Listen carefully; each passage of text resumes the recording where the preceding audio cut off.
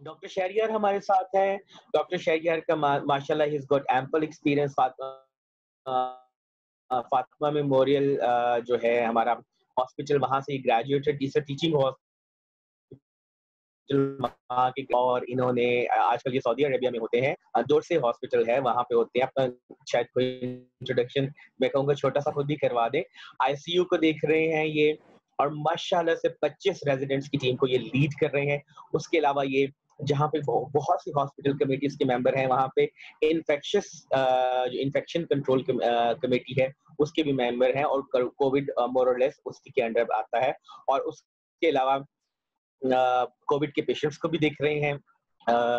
Pulmonologist हैं वहाँ पे, एक इनकी सीनियर, उसके बड़े close he is working with her the lady, I think Egyptian है, ये कौन है I don't know, doctor Shahriyar the other day he was sharing with me, तो she is leading the covid team at hospital, and doctor Shahriyar is very much part of that team. और उसके अलावा doctor Shahryar बहुत regularly advices भी दे रहे हैं different forums के ऊपर कोविड के बारे में, और इनमें बहुत कंट्रीब्यूशन है, जज़ाकल्लाह खैर कि, और पर्पस सिर्फ यही है कि जो है लोगों के अंदर अवेयरनेस क्रिएट की जा सके, जो उससे बच सकें। डॉक्टर शहरियार, मैं ज़्यादा टाइम नहीं लूँगा, आपका एयर टाइम मैंने पहले ही काफ़ी ले लिया है। मैं अब ये जो वर्चुअल फ्लोर है, दिस इज़ योर्स नाउ, तो ओवर टू यू प्लीज़। अस्सलाम वालेकुम। अली भाई ने वैसे तो बहुत अच्छा मेरा इंट्रोडक्शन करवा दिया है। Just to tell you a little bit more about it, मैं इधर सऊदी अरेबिया के अंदर बेसिकली खुबर सिटी के अंदर मेरा हॉस्पिटल है। इट्स अ प्राइवेट हॉस्पिटल, और खुबर सिटी के जो हमारे जो कोविड सेंटर्स हैं उनमें से एक मेन सेंटर है हमारा, और जो हमारा आईसीयू है, it is one of the very busy ICUs these days regarding Covid. काफ़ी केसेस आते हैं। अभी कल रात को बल्कि हमारे आईसीयू में एक एक्सपायरी भी हुई है कोविड की, अभी मुझे थोड़ी देर पहले पता चला। आजकल क्योंकि मैं खुद क्वारंटीन में हूँ, तो मैं नहीं जा रहा हॉस्पिटल कुछ दिनों से। तो बहरहाल जिस तरह से आप सबको पता है कि आजकल कोविड काफ़ी ज़्यादा, जिसको कहते हैं ना, इट्स अ पेंडेमिक, और कुछ अर्से पहले तक एपिडेमिक का नाम दिया गया था इसको चाइना में, और शायद किसी को एग्जैक्टली याद भी ना हो कि पहला केस चाइना में कब रिकॉर्ड हुआ था। It was in 17th of November 2019, जब उनको सस्पिशन हुआ था कि समथिंग इज गोइंग रॉन्ग।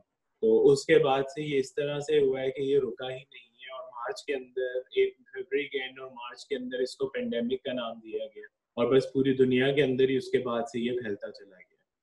तो बहरहाल अल्लाह खैर करे, इंशाअल्लाह ताला हमारी दुआ है कि जितने भी पेशेंट्स हैं और बाकी लोगों को बचा के रखे, और जितने भी पेशेंट्स हैं अल्लाह ताला उनको शिफा दे, और एज सून एज पॉसिबल ये चीज़ ख़त्म हो, ताकि ये है कि हम अपनी नॉर्मल ज़िंदगी की तरफ ज़्यादा करें। क्योंकि मैं देख रहा हूँ काफ़ी सारे लोगों ने काफ़ी सारे मास्क पहने हैं, तो अच्छी बात है, दिस इज़ वेरी इंपॉर्टेंट। तो हम आज के सेशन का स्टार्ट करते हैं हम लोग। ठीक है, बेसिकली इनिशियली मैं एक छोटा सा माइंड मैप सा शो करना चाहूँगा, ताकि आप लोगों को थोड़ा सा अंदाज़ा हो जाए कि what are the topics which we are going to discuss. और उसके अंदर ये है कि फिर बाद में हम थोड़ी बहुत जो है ना दूसरी डिस्कशन भी करेंगे। अभी मैं शेयर करता हूँ आपके साथ स्क्रीन सबके साथ।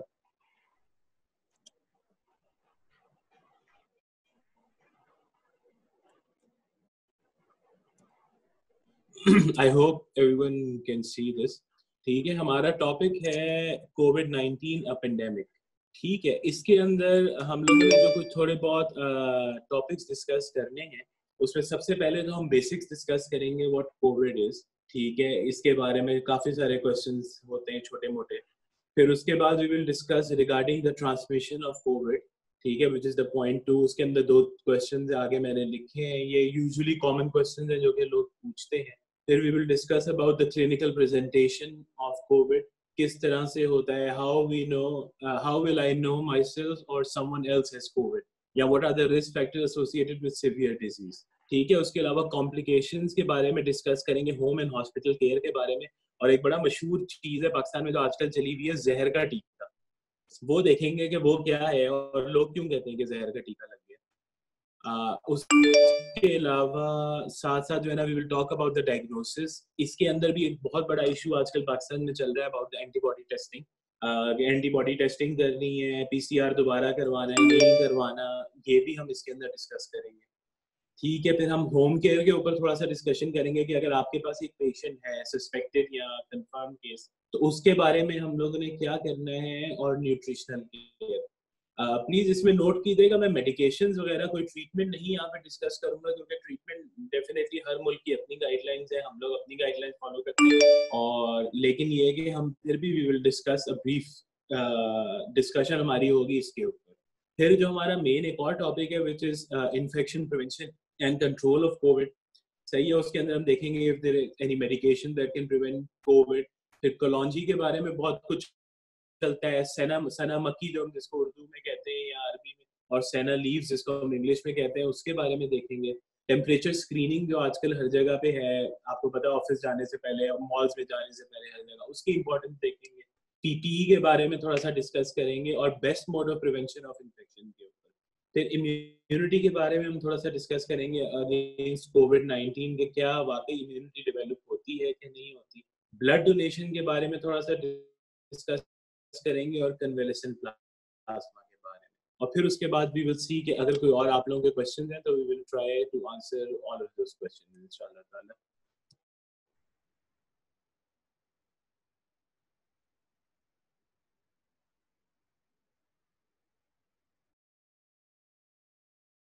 आज वी विल स्टार्ट। यही जो लिस्ट है मैंने अपने पास जो है ना मोबाइल के अंदर भी रख ली है, ताकि ये कि हम लोगों को आसानी हो और हम ज़्यादा डेविएट ना करें। ठीक है, तो वी विल स्टार्ट इंशाल्लाह। सबसे पहला था कि द बेसिक्स ऑफ कोविड, ठीक है ना। I hope everyone can hear me nicely. Basics के बारे में है कि सबसे इम्पोर्टेंट जो एक क्वेश्चन हर किसी के जहन में आता है कि ये कोविड है क्या चीज़, ठीक है, ये कहाँ से ये बला एक आ गई है कोविड के नाम से, ठीक है ना। बेसिकली कोविड जो है ना एक वायरल डिजीज है, एक जूनोटिक डिजीज है। जूनोटिक डिजीज वो होती है जो कि बेसिकली एनिमल्स और ह्यूमन डिजीज है। इसका खास कैटेगरी है, उस पूरी वायरस की कैटेगरी का एक पूरा नाम है जिसको हम कहते हैं कोरोना वायरस, ठीक है। कोरोना वायरस में यूजुअली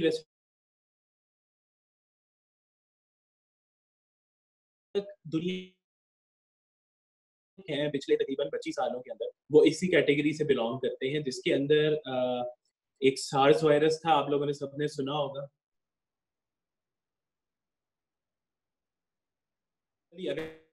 रेस्पिरेटरी ड्रॉपलेट्स जो है ना, इसका मेजर कंसर्न है हम सब के लिए, जिसकी वजह से एक छोटी सी एग्जांपल है, हमें कहा जाता है कि मास्क पहने, वो हम मास्क डिटेल में डिस्कस कर लेंगे, ठीक है ना। एक बंदा, for example let's talk about any one patient, ठीक है, he has been expose to COVID एक किसी भी पेशेंट से, और वो अभी हमारे सामने एसिम्प्टोमेटिक या जिसका right word is pre symptomatic बैठा है, ठीक है, वो भी आगे से ट्रांसमिट कर सकता है वायरस। और एक जो सिम्टोमेटिक बंदा है वो भी आगे से वायरस ट्रांसमिट कर सकता है। ऑपरेटर ने कहा था कि नहीं ऐसा नहीं है, वी हैड सम मिसअंडरस्टैंडिंग, लेकिन एसिम्प्टोमेटिक लोग बिल्कुल ट्रांसमिट करते हैं, and they are the major issue जिसकी वजह से कोविड ज्यादा ट्रांसमिट होता है। क्योंकि अगर आपके सामने कोई खांस रहा है या छींक रहा है तो आपको थोड़ी बहुत तो अकल होगी, क्या थोड़ा बहुत उससे दूर ही रहे, लेकिन एसिम्प्टोमेटिक लोगों का हमें बिल्कुल नहीं पता चलता, तो वो ट्रांसमिट कर सकते हैं वायरस। उसके अलावा सिम्टोमेटिक लोगों ने भी वायरस आगे से ट्रांसफर करना है उसी तरह से। और जो क्रिटिकल केसेस या सिवियर केसेस हैं, जैसे जो हॉस्पिटल में जिनके साथ हम डील करते हैं, वो भी ट्रांसमिट करते हैं, और सबसे ज्यादा जो सिवियर या क्रिटिकल केसेस हैं वही ट्रांसमिट करते हैं, क्योंकि वो पेशेंट्स अपने आप को प्रोटेक्ट नहीं कर सकते हैं, और हम जब उनको इवन वेंटिलेटर पे डाल रहे हैं, कुछ कर रहे हैं, तो वी गेट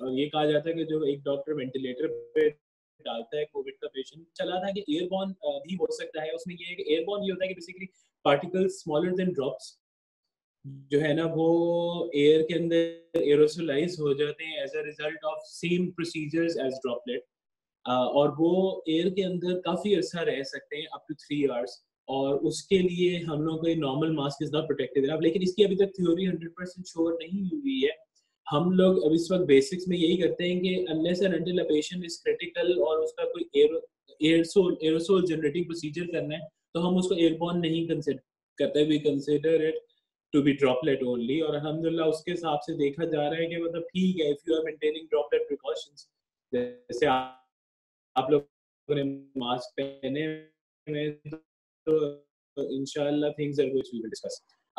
एनवायरमेंटल कंटेमिनेशन बिल्कुल होती है जी। एनवायरमेंटल कंटेमिनेशन किस तरह से होती है कि जैसे मैंने आपको बताया है कि एक कोविड का patient if he is going to sneeze, he is going to cough, ठीक है, उसका जुकाम है, उसको खांसी है, इवन अगर उसके हाथ कंटेमिनेटेड है, उसने किसी सरफेस पे लगा दी है तो ये सरफेसेस जो है ना दे विल बी कंटेमिनेटेड। कुछ सरफेसेस हैं, पिछले दिनों एक स्टडी हुई थी जिसके अंदर उन्होंने बताया था कि कुछ सरफेसेस हैं, for example copper and bronze, उसके ऊपर जो है ना यूजुअली 45 मिनट से लेकर 3 घंटे तक रहता है कोविड का वायरस वायबल, उसके बाद इट यूजुअली डाइज, ठीक है। Whereas some surfaces such as plastics, सही, प्लास्टिक्स उसके ऊपर up to 3 days to 4 days रह सकता है कोविड का वायरस वायबल, इवन अगर उसको वहां पे हम लाइफ सपोर्ट ना दें। तो इस चीज की एक बहुत बड़ी इंपॉर्टेंस है, क्योंकि आपको मैं अगर एक बात बताऊं, आपको पता है कि most of your gloves are made up of latex, या प्लास्टिक के वेरिएंट है, रबर के आगे से वेरिएंट्स हैं, ठीक है ना, या आपके बहुत सारे डिस्पोजेबल चीजें they made up of plastic. हम लोग बड़े आराम से उनको पहनते हैं और उनको इसी तरह एनवायरनमेंट के अंदर फेंक देते हैं, ठीक है। ये अवेयरनेस का एक टॉपिक है बहुत इंपॉर्टेंट। तो आप ये देखें कि अगर आपके ग्लव के ऊपर या आपके प्लास्टिक के ऊपर if it stays for 3 days तो हाई पोटेंशियल है उसके अंदर to be transmitted to normal people. तो एक ये काफी इंपॉर्टेंट आज का टॉपिक है डिस्कशन का कि मतलब we have to be careful regarding it कि हमारी वजह से किस किस तरह से लोगों को जो है ना ये फैल रहा है। On the other hand bronze and copper, जिस तरह से मैंने बताया 45 मिनट्स टू 3 hours उसकी वहाँ पे वाइबिलिटी है। कुछ स्टडीज में 6 घंटे भी आया है टू एन एक्सटेंट के कुछ हॉस्पिटल ने वर्ल्ड वाइड अपने जो बेड्स हैं उनको ब्रॉन्ज की या कॉपर की कोटिंग कर दी है, जो कि खाली कोविड से डील कर रहे हैं, specially I guess in France और समवेयर। तो इसलिए ताकि वहां से कंटेमिनेशन के पेशेंट्स को आगे और चांसेस कम हो जाए। तो चलो ठीक है, वो लोग अफोर्ड कर सकते हैं और ये कर सकते हैं, लेकिन फिर भी this shows the importance of all of this, ठीक है। उसके अलावा ये है कि एनिमल के साथ ये हो सकता है कि नहीं हो सकता। कुछ केसेस अमेरिका में आए थे कि human to human transmission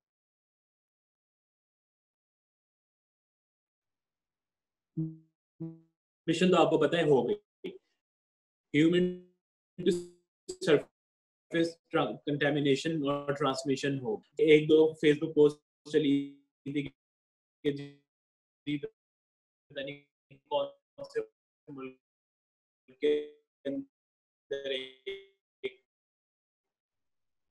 it is still not sure कि उनको कोविड हुआ है कि नहीं हुआ। अगर हुआ है तो आप just mild disease and they are improving after that, लेकिन bad for you and for the rest of the people, ठीक है। अच्छा, अभी एक छोटी सी मैंने एक क्लिनिकल ट्रायल पढ़ रहा था और एक रिसर्च पेपर पढ़ रहा था, उसकी मैंने बल्कि कुछ थोड़ी सी लाइंस यहाँ पे लिखी हुई है। I will read them for you, से आपको थोड़ा सा और इम्पोर्टेंस का इसका फील होगा। It says that SARS-CoV, ठीक है, रेस्पिरेटरी स्पेसिमेंस कौन से हो गए हमारे droplets. It has been detected in non-respiratory specimens, for example stool, सही है, मोशन जो पेशेंट्स हैं दे आर पासिंग स्टूल, उसके अंदर डिटेक्ट किया गया है, ठीक है ना। It has been detected in human blood. It has been detected in ocular secretions. ocular हमारे आंखों से जो निकलते हैं, हमारे आंसू हैं, ठीक है, या मतलब इन्फेक्शन हुआ है आंखों से, थोड़ी बहुत पस निकल रही है, या जो जिसको हम पंजाबी कहते हैं गिट आई हुई है आंख के अंदर, ये सारी चीजें, ठीक है ना, कि इसके अंदर भी डिटेक्ट किया गया है। इवन सीमेन सैंपल्स के अंदर इट हैज बीन डिटेक्टेड, ठीक है। और लेकिन उससे आगे डिजीज कितनी जा रही है, the role of these is still uncertain, but it is best to avoid caution. और इसके अंदर हम देखेंगे these things are infectious as long as we can think about them, ठीक है। उसके अलावा एक और लाइन मैंने उसके अंदर से बड़ी अच्छी देखी है, जो कि बड़े कॉमनली आजकल एक सवाल पूछा जाता है कि the likelihood of blood-borne transmission, example through blood products or needle stick, मतलब आप किसी को ब्लड दे रहे हैं और आपको कोविड था, उससे उसको होगा कि नहीं होगा, appears to be very low. Respiratory viruses are generally not transmitted through the blood-borne route, but they can be present and transfusion transmitted infection can happen. टेलस्कोप जो हमारा सऊदीया के अंदर एक बहुत बड़ा एपिडेमिक हुआ था थ्रू कैमल्स, उसके अंदर एक दो केसेस आए हैं, बाकी उसके अलावा नहीं है। तो जिसमें उसमें कोविड तो नहीं है, हाँ इट कैन बी देयर, लेकिन अभी तक कोविड के लिए ब्लड बॉर्न जो उसका ट्रांसमिशन है वो रिकॉग्नाइज नहीं किया, still uncertain and we should exercise caution. अच्छा, ट्रांसमिशन के अंदर एक और चीज बहुत ज्यादा इंपॉर्टेंट है जो आप लोग सुनते होंगे, incubation period. Incubation period, everything depends upon incubation period. Incubation period है क्या? इंक्यूबेटर्स का आपने नाम तो सुना होगा, जैसे वो छोटे बच्चे पैदा होते हैं उनको इंक्यूबेटर में रख देते हैं कि मतलब छोटे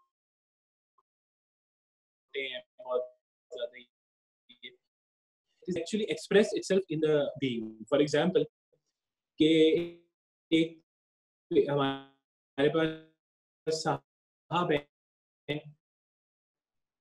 he has been exposed to COVID himself, but when actually he is going to period, incubation period जो इसके अंदर एक रेंज दी जाती है very commonly for COVID, it is from 2 to 4 figure 2 to 14 days, ठीक है, with an average या जिसको कहते हैं कि mean duration of 5.6 days के तकरीबन 5 से 6 दिनों में यूजुअली 60 से 70% लोगों के अंदर जो है ना कोविड एक्सप्रेस कर देता है, और अप टू 10 डेज के अंदर 90% लोगों में एक्सप्रेस कर देता है, ठीक है। तो 2 to 14 days is a safe limit जब हम समझते हैं कि इंक्यूबेशन ऑफ कोविड है।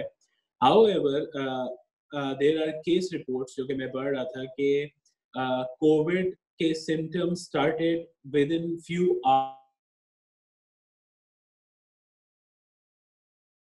सिम्टम्स शो करना शुरू कर दिए, और अप टू 31 डेज की चाइना के अंदर केस रिकॉर्ड किया है कि 31 दिन तक एक बंदे को जो है ना आइसोलेशन में रखा था शुरू और 31 दिन के बाद उसको सिम्टम्स शुरू हुए थे, एंड दे रियलाइज कि ये है। शायद इससे भी ज्यादा कोई हो, अभी किसी ने बताया ना लोग, बिकॉज डेफिनेटली आपको पता है आइसोलेशन होते हैं, बाहर आ जाते हैं, फिर दोबारा देते हैं कि दोबारा हो गया, हो सकता है, लेकिन to be on the safe side 2 to 14 days is considered to be very important. और इस टाइम पीरियड के अंदर यूजुअली कोविड के सिम्टम्स आ जाते हैं। कोविड के क्या सिम्टम्स हैं वो सब हम डिस्कस करते हैं। एक बहुत बड़ी उसके अंदर मिसकंसेप्शन है, वो that needs to be discussed also, ठीक है। So this was the transmission, मैंने आपको बताया human to human most important transmission है इसकी, रेस्पिरेटरी ड्रॉपलेट्स के थ्रू है, फिर रेस्पिरेटरी ड्रॉपलेट्स वाया ह्यूमन आपको मिल सकते हैं, वाया सरफेसेस मिल सकते हैं आपको, ठीक है। पॉसिबिलिटी है कि एनिमल्स इसके साथ एक्सपोज हो जाए, हमें एनिमल्स को भी इसमें करना पड़ेगा, इवन टू एन एक्सटेंट के इवन सऊदी अरेबिया में इफ यू हैव अ पेट, उसको कहा जाता है कि अपने आइसोलेशन वाले या क्वारंटीन वाले रूम के अंदर ना रखें उसको, कि ऐसा ना हो कि वो एक सोर्स बन जाए आगे से, ठीक है। अच्छा, उसके अलावा अब एक और बहुत इंपॉर्टेंट क्वेश्चन कि चलो ट्रांसमिशन तो हो गई कोविड की एक पेशेंट के अंदर, how will I know whether I myself और the other person he has covid, ठीक है। बड़ा इंपॉर्टेंट एक सवाल है, ठीक है, क्योंकि आपको नहीं पता चलता कि क्या है, किस तरह से पता चलेगा कि हमें कोविड हो गया। इसके अंदर जो सबसे सबसे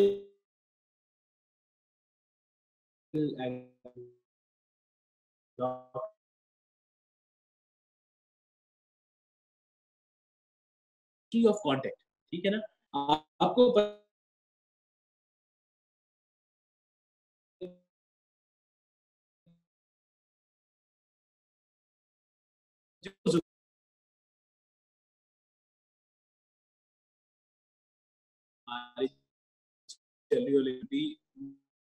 my top priority की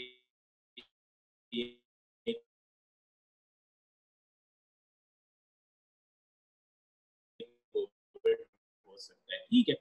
सिम्टम्स हैं फॉर कोविड, जगह पे कहते हैं हमें, if you have fever, if you have cough, if you have shortness of breath, ठीक है, ये तीन टिपिकल सिम्टम्स हैं, फीवर एंड कफ इस सिम्टम जो कि माइल्ड डिजीज से लेके क्रिटिकल डिजीज में हो सकता है। शॉर्टनेस ऑफ ब्रेथ जिसको हम डिस्निया कहते हैं या डिफिकल्टी ब्रीदिंग कहते हैं, ये यूजुअली माइल्ड डिजीज में नहीं होता। कुछ लोगों को एंजाइटी रिलेटेड होता है लेकिन नहीं होता, लेकिन यूजुअली ये मॉडरेट से क्रिटिकल डिजीज की तरफ इंक्रीज जाता है स्पेक्ट्रम के तौर पे और इंक्रीज होता चला जाता है। ठीक है, और ये इसके 3 मेजर जो है ना सिम्टम्स हैं, टिपिकल सिम्टम्स हैं। उसके अलावा और बहुत सारे टिपिकल सिम्टम्स हैं जिसके अंदर जो है ना सोर थ्रोट आ सकता है, जिसके अंदर रनी नोज आ सकता है, जिसके अंदर सिवियर बॉडी पेन्स आ सकती हैं। बॉडी पेन्स के अंदर आपके मसल पेन्स भी हो सकते हैं, आपके जॉइंट पेन्स भी हो सकते हैं, जिसको हम आर्थराइटिया कहते हैं, जोड़ों का दर्द, वो भी हो सकते हैं। मसल पेन भी हो सकता है। बैक में देखी गई है, it has been very severe. जैसे आपको शायद याद हो कि डेंगू भी एक वायरल इन्फेक्शन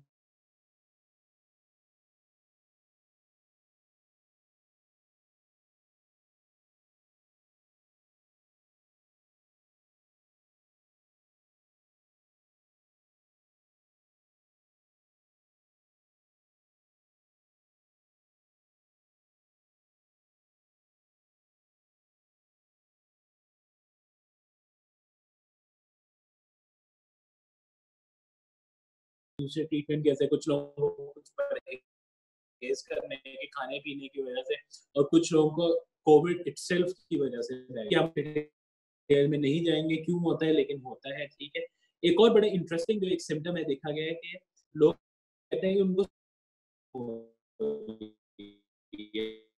ये स्मेल जो यूकी सोसाइटी है ऑफ ऑटोराइनोलॉजी वगैरह जो है इनकी, उन लोगों ने कहा था कि एक टाइम 5 से 70% लोगों में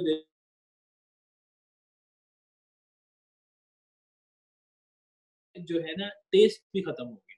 तो इसको अभी तक मेजर क्राइटेरिया में नहीं डाला गया, लेकिन this is very common and I have personally seen many people actually suffering from this। Relative ही हैं वो, कुछ दिनों के लिए हमारे पास एज अ पेइंग गेस्ट रह रहे थे, और इंटरेस्टिंगली उनको हमने आइसोलेट कर दिया था, लेकिन क्योंकि हमें उनके ऑफिस में कुछ केसेस हुए थे, लेकिन उनका सबसे पहले डेवलप ही हुआ था। तो मुझे फोन आया था, शेरी भाई मैंने परफ्यूम लगाया लेकिन खुशबू नहीं आ रही। मैंने कहा बस अब कोविड का टेस्ट करवा लेना चाहिए तुम्हारा। तो वही came out to be positive. तो ये एक बड़ा मैंने देखा है कि बड़ा कॉमनली है, और ये एक ऐसी चीज है कि अक्सर लोग जो है ना इसको कर सकते हैं। अर्ली डायग्नोसिस के अंदर बड़ा एक हेल्पफुल सा है। वैसे तो एलर्जिक राइनाइटिस के अंदर, जो कि एलर्जीज के अंदर है, उसके अंदर भी ये चलता है, लेकिन फिर भी we have to be careful. बाकी उसके अलावा बहुत सारे एटिपिकल सिम्टम्स हैं। आंखों में इन्फेक्शन हो सकता है, कंजक्टिवाइटिस के साथ पेशेंट्स आ सकते हैं। ठीक है, मिग्रेन टाइप हेडेक्स के साथ पेशेंट आ सकते हैं, और एस्थमा के एक्सैजर्बेशन के साथ लोग सिवियर एस्थमा के साथ प्रेजेंट कर सकते हैं। ठीक है, स्किन रैश के साथ प्रेजेंट कर सकते हैं कोविड के केसेस, और बहुत सारे छोटे छोटे हैं, लेकिन मेजर मैंने आपको बताया fever, cough, shortness of breath जिसको हम डिस्निया कहते हैं, ये मेजर हैं। उसके अलावा जो है ना रनी नोज, सोर थ्रोट, आपको चेंज ऑफ वॉइस है, लॉस ऑफ स्मेल है, डायरिया है, वॉमिटिंग है,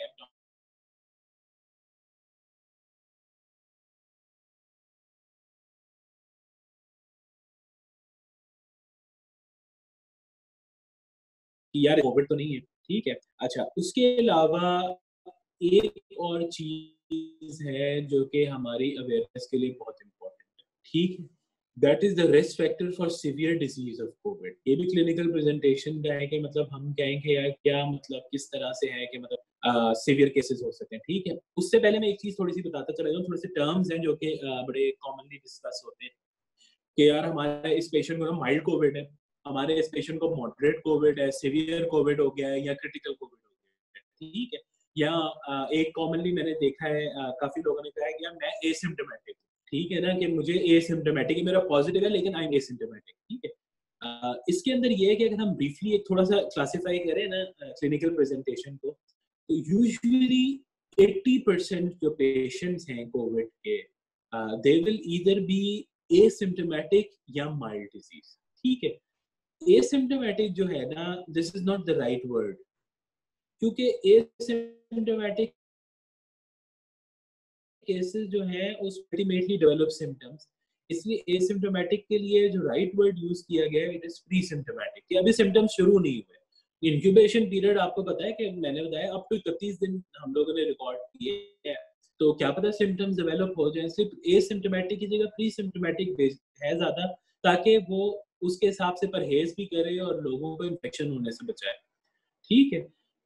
उसके अलावा मैंने बताया माइल्ड सिम्टम्स है, फिर 15% के अंदर देखा गया है कि मॉडरेट सिम्टम्स होते हैं, और यहाँ मॉडरेट टू सीवियर जिसमें मोर्टेलिटी सबसे ज्यादा है। ठीक है ना। अब हमें कैसे पता चलेगा कि एक पेशेंट है जिसको सीवियर डिजीज या क्रिटिकल डिजीज हो सकती है? उसमें कुछ रिस्क फैक्टर्स हैं। ठीक है, बहुत सारे रिस्क फैक्टर हैं। सबसे पहले जो हमारे बुजुर्गान हैं, जितने भी बुजुर्ग लोग हैं हमारे, ठीक है, age above 65 is considered to be a risk factor for severe disease. ठीक है ना। इसमें काफी ज्यादा लोग हैं जो कि they will develop severe disease, और उसमें से क्रिटिकल होंगे, और मोर्टेलिटीज भी सबसे ज्यादा इस एज ग्रुप के अंदर होती है। ठीक है। Second big risk factor for severe या critical disease is the heart disease. कोई भी किस्म के हार्ट पेशेंट्स जो हैं हमारे पास, जिसके अंदर वो पेशेंट जिनको पहले हार्ट अटैक हो चुका है या हाई रिस्क है फॉर हार्ट अटैक, जो भी उनको कोरोनरी आर्टरी डिजीज है, या कोई भी जिसको कहते हैं कि ऐसे पेशेंट जिनको वेल्वुलर डिजीज है या हार्ट फेलियर है या कैपेज के पेशेंट्स हैं, ये they are considered to be high risk for severe या क्रिटिकल डिजीज। उसके अलावा जो और समझे जाते हैं आर द पेशेंट्स जिनको डायबिटीज है। डायबिटीज में प्राइमरीली वो जिनको अनकंट्रोल्ड डायबिटीज है। उसके अलावा हाइपरटेंशन है, जिनको अनकंट्रोल्ड हाइपरटेंशन है, वो और ज्यादा क्रिटिकल समझे जाते हैं। ठीक है। उसके अलावा वो पेशेंट जिनको इस वक्त अक्यूटली कैंसर चल रहा है, ये नहीं कि आज से 10 साल पहले कैंसर हुआ था, जिनको इस वक्त अक्यूट कैंसर चल रहा है वो, और खास तौर पर लंग कैंसर वाले पेशेंट्स या ब्लड कैंसर वाले पेशेंट्स, जिनको हम कहते हैं ल्यूकीमियाज और लिम्फोमास जो हैं वो, या फिर जो लंग कैंसर वाले पेशेंट्स हैं वो। उसके अलावा ब्लड कैंसर हमने डिस्कस कर लिया। किडनी डिजीज, वो पेशेंट जो कि क्रॉनिक किडनी डिजीज में है, और ये इंक्रीज होता है रिस्क, वो पेशेंट जो कि इस वक्त बेसिकली वो कर रहे हैं, डायलिसिस कर रहे हैं, they are at the highest risk of having a critical और सीवियर डिजीज। ठीक है। तो ये थोड़े से रिस्क फैक्टर्स हैं। इम्यूनो कॉम्प्रोमाइज पेशेंट्स भी इसी के अंदर आते हैं, खासतौर पे जिसके अंदर हमारे एड्स के पेशेंट्स हैं, या जो कॉन्जेनिटल इम्यून डेफिशिएंसी सिंड्रोम्स के पेशेंट्स हैं, वो भी इसी के अंदर आते हैं। ठीक है। तो चलो हम उनकी डिटेल में नहीं जाते, लेकिन all these are considered risk factors. ये इंपॉर्टेंट क्यों है? ताकि हमें पता हो कि if we have COVID, we need to stay away from our parents, we need to stay away from people who have heart disease, who have hypertension, diabetes। उन लोगों को ज्यादा परहेज अपने लिए भी करना है, उन लोगों से हमें भी बचना है ज्यादा से ज्यादा, क्योंकि उनमें मोर्टेलिटी सबसे ज्यादा है। सऊदीया के अंदर अभी रिसेंटली जो हमारे क्रिटिकल केसेस, आज से 3 हफ्ते पहले, 4 हफ्ते पहले तक सिर्फ 300 क्रिटिकल केसेस थे सऊदीया में। ईद के बाद वो केस तकरीबन 2500 पे आ गए। क्यों आ गए? क्योंकि ईद पे फैमिलीज मिली हैं आपस में। बुजुर्ग सारे जद्दा के अंदर, खासतौर पे मक्का में, रियाद में, इतने ज्यादा बुजुर्ग इन्फेक्ट हो गए इस डिजीज के साथ कि now they are all in ICU, ventilators पे हैं तकरीबन 2000 लोग। क्यों? उसकी यही रीजन है कि वो लोग सारे क्रिटिकल डिजीज के लिए बहुत ज्यादा रिस्क में थे और दे डेवलप। ठीक है। बाकी एक और बड़ा इसके अंदर है कि चलो क्रिटिकल डिजीज हो गई, सब कुछ हो गई, what are the complications of COVID? ठीक है। और क्या हम कोविड को घर में मैनेज कर सकते हैं या हमें हॉस्पिटल जाना है? ठीक है ना। एक बड़ा कॉमनली एक सवाल मुझसे अक्सर लोग पूछते हैं कि यार हमने तो ये पढ़ा है कि Covid is just like a flu, तो मतलब फ्लू की तरह आएगा, जुकाम बहेगा 7 दिन 8 दिन, उसके बाद ठीक हो जाएंगे। तो is it really true? yes, it can be true in only very healthy and very young patients, लेकिन मैंने बहुत हेल्दी यंग पेशेंट्स को एक्सपायर होते हुए भी देखा है, सडन कार्डियक डेथ के साथ आए हैं, और बहुत ज्यादा एज लोगों को मैंने बहुत अच्छी जल्दी रिकवर होते हुए देखा है। तो इसलिए इसको जनरलाइज करना कि it is just like a flu, this is something not right. Flu is something else, Covid is something else. ठीक है। ये एक Covid is basically a multi system, multi organ disease, systems involve करती है पूरी body के ultimately, और उसकी वजह से इसकी बहुत ज्यादा कॉम्प्लिकेशंस होती हैं, और हम लोगों को इस चीज का बहुत ज्यादा ध्यान भी देना चाहिए। ठीक है कि ये एक लोकलाइज इन्फेक्शन नहीं है कि नाक से अंदर जाएगा और नाक के अंदर रहेगा और नीचे ज्यादा से ज्यादा नाक से चला जाएगा। No, this is absolutely wrong. ठीक है। मल्टी ऑर्गन फेलियर तक पेशेंट्स जाते हैं। किस तरह से जाते हैं वो हम पैथोफिजियोलॉजी में नहीं जाते, लेकिन अगर हम इसकी मोटी मोटी सी कॉम्प्लिकेशंस देखें तो इसको हम डिवाइड कर देते हैं कि थ्रोम्बोटिक कॉम्प्लिकेशन है और थ्रोम्बोटिक कॉम्प्लिकेशन है। थ्रोम्बोटिक कॉम्प्लिकेशन है वो जिसमें थ्रोम्बस के ब्लड में क्लॉट फॉर्म होता है। तो ये सारे पेशेंट अक्सर जो कोविड वाले हैं आपको अंदाजा होगा कि एकदम से उनको ब्रीदिंग रुक गई और वो रेस्पिरेटरी अरेस्ट में चले गए, जिसको पल्मोनरी एम्बोलिज्म हम कहते हैं, उसके साथ हमारे साथ आ जाते हैं। अक्सर कार्डियक अरेस्ट के साथ आ जाते हैं, एक्यूट हार्ट अटैक के साथ आ जाते हैं, ठीक है, मायोकार्डियल इंफार्क्शन के साथ, स्ट्रोक के साथ, फालिज जिसको हम कहते हैं, फालिज के साथ कोविड के पेशेंट आ सकते हैं हमारे पास, ठीक है। उसके अलावा लिम्ब इस्कीमिया, टांग तक के कोई हिस्सा जो है ना वो काम करना बंद हो गया, पेट में जो हमारे इंटेस्टिनल इस्कीमिया हो गया, मेसेंटेरिक इस्कीमिया जिसको हम कहते हैं, ये सारे जो हैं इसके कॉम्प्लिकेशंस हैं छोटे मोटे।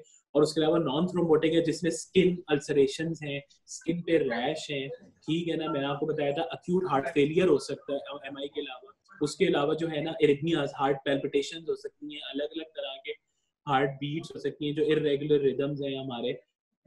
फिट्स के साथ, सीजर्स के साथ पेशेंट आ जाते हैं, मेनिंजाइटिस लाइक पिक्चर के साथ आ सकते हैं, सिर्फ और सिर्फ सिवियर डायरिया और डिहाइड्रेशन के साथ आ सकते हैं, किडनी फेलियर के साथ पेशेंट्स प्रेजेंट करते हैं, ठीक है ना। ये कॉम्प्लिकेशंस बताना क्यों जरूरी है आप लोगों को, आम लोगों को, क्योंकि लोग हमसे समझते हैं कि सिर्फ रेस्पिरेटरी डिजीज है।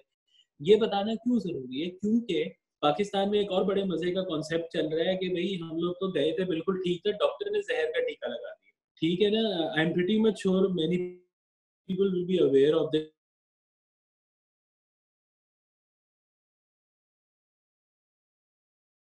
जो है ना डॉक्टर ने कहना है जी ये तो कोविड है,